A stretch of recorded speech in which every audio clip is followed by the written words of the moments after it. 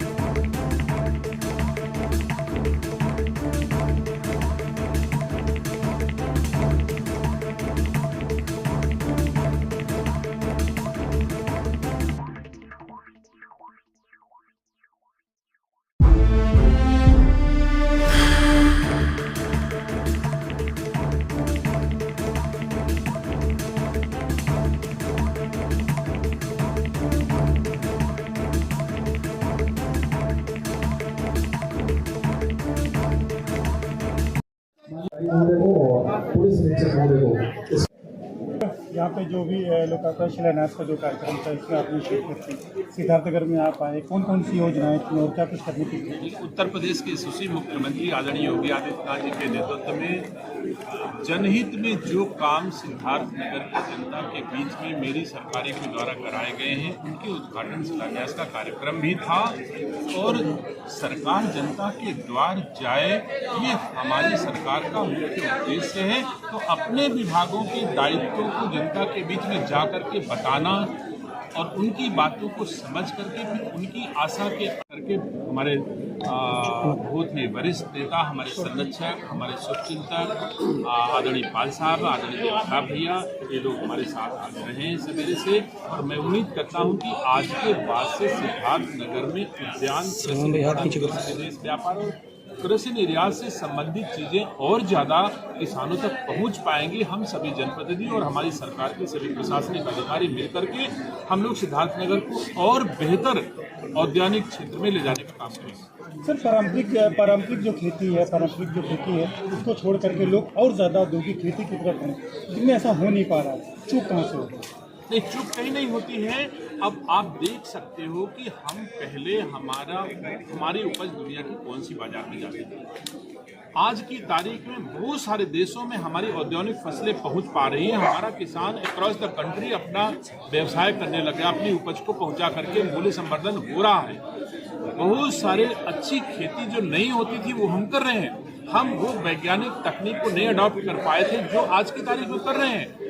तो मैं समझता हूं कि अगर हॉर्टिकल्चर में हम स्ट्रॉबेरी की खेती कर रहे हैं, हम ड्रैगन फ्रूट की खेती कर रहे हैं, हम प्रोटेक्टिव कल्टीवेशन कर रहे हैं, हम बहुत सारी चीजें लाए हैं। और आज की तारीख में उत्तर प्रदेश में हर 75 जनपद में 2 हाईटेक नर्सरियों की स्थापना की है। 2022 में इस राज्य में 75 लाख पौध हम तैयार करके किसानों को दे रहे थे अब तक। और इस 3 साल की यात्रा में हम 29 करोड़ पौधे अब दे रहे हैं हाईटेक नर्सरियों के माध्यम से। तो कल्पना कर सकते हो कितना चेंज आया। 75 लाख के स्थान पर 29 करोड़ पौध हाईटेक नर्सरियों के माध्यम से मैं किसानों को दे रहा हूं। तो इतना परिवर्तन योगी आदित्यनाथ जी की सरकार के माध्यम से हम कर पा रहे हैं। आने वाले दिनों में आप देखेंगे कुछ और ज्यादा बेहतर होगा। सर, आप विदेश व्यापार और निर्यात के भी मंत्री हैं। सर, यहाँ का जो ODOP है काला नमक, उसको वो मार्केट विदेशों में नहीं मिल पा रहा जिसकी अपेक्षा है। सर, इसमें आपका पहले क्या ODOP था? अगर ODOP के क्षेत्र में इतना सफर हमने तय किया है तो बहुत सारी ODOP को विदेशों में स्थान मिला है। बहुत सारे ODOP को विदेशों की बाजारों में स्थान मिल चुका है। धीरे धीरे हम और कोशिश करेंगे। जिन जनपदों का ODOP विदेशों की बाजारों तक पहुंच पाने में कतिपय कारणों से कुछ असुविधा होगी।